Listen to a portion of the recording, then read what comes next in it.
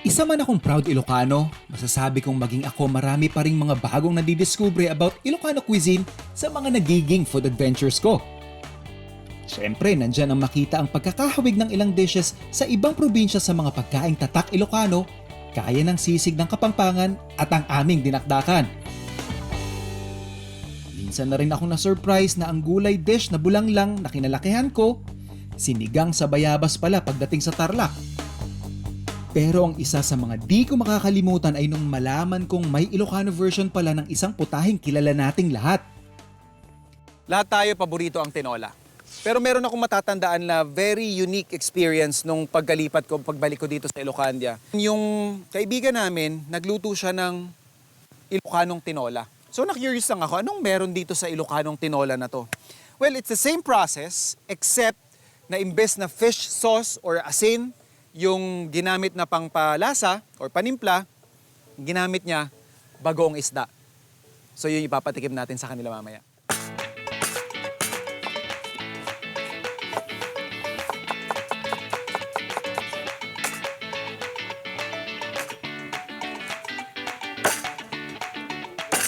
Painit lang natin yung ating pan.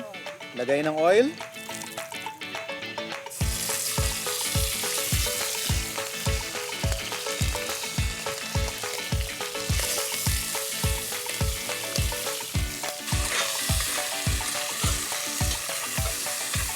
At gaya ng tipikal na proseso sa paggawa ng tinola, gumamit ako ng sibuyas, bawang at luya.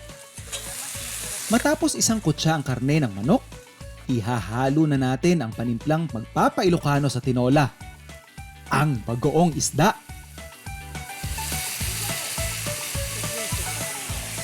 Dagdagan ng stock para sa sabaw.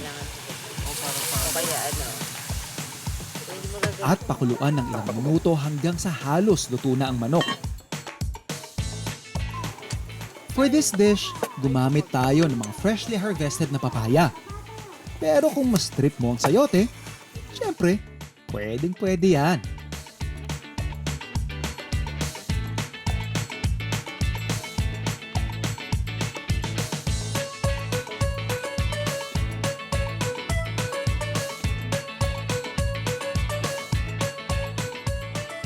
So antayin lang natin lumambot yung karne at saka yung ating papaya.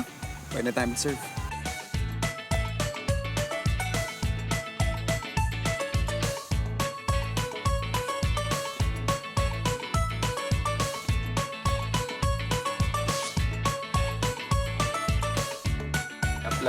Sige yan, sir. Saya.